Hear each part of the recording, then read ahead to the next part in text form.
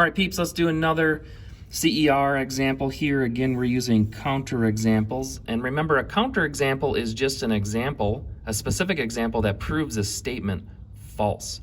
And in this one, where it looks like we're talking about squares. So this one says, analyze each of the following statements.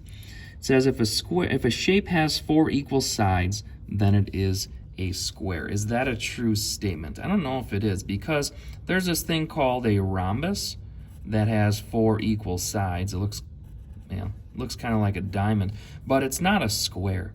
So in this case, the rhombus is my counterexample for statement 1. So I think statement 1 is false.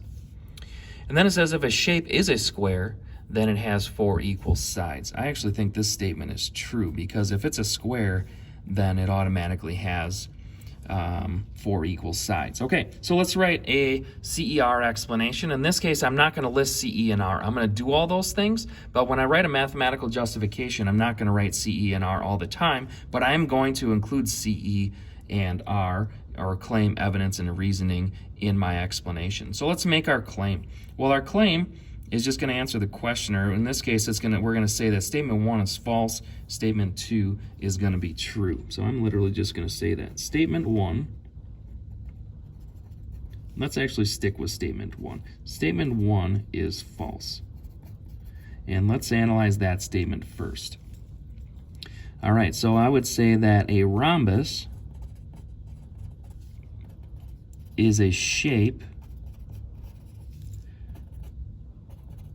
that has 4 equal sides. Okay, notice how I'm not explaining anything yet. I'm just stating my counterexample. This is my counterexample as a rhombus, but I'm just stating it.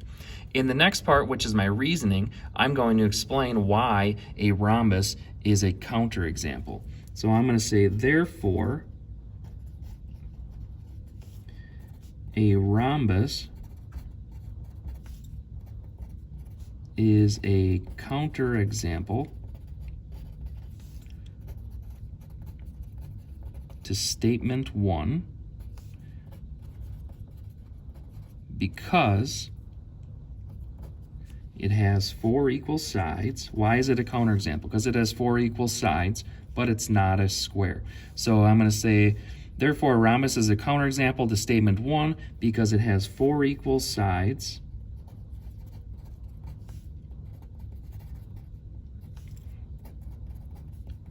but is not a square.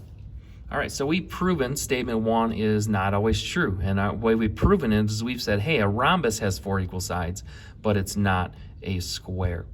All right, so let's do statement 2. If a shape is a square, then it has 4 equal sides. Let's make our claim about that. I think that's true. So I would start with my claim. Statement 2 is true. And in this case, I'm actually going to use a definition. So I'm going to say that a square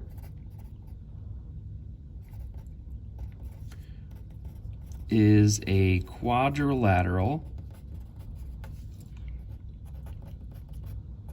with equal sides and equal angles. All right, so since a square has all equal sides, then it has 4 equal sides. So I'm just going to say, therefore,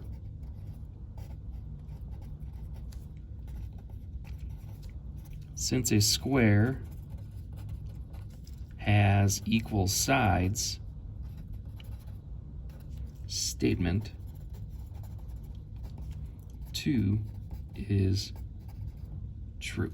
Okay, I'm not saying this is the only way you could write these justifications, but I'm telling you, when it says counterexample, if you're going to use a counterexample, you're going to want to say the statement is false.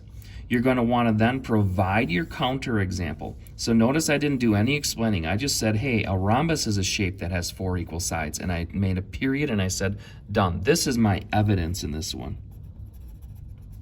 Okay, and then this is my reasoning where I'm saying, therefore, I'm explaining why a rhombus is a counterexample. So therefore, a rhombus is a counterexample. Notice I used the word counterexample to statement 1 because it has 4 equal sides, but it is not a square, because statement 1 says if it has 4 equal sides, it is a square. A rhombus proves that false. Statement 2, I use the definition of a square in order to prove that part true. All right, so that's all I have for this CER example. Go ahead on to your classwork for this, and good luck. Let us know if you have any questions.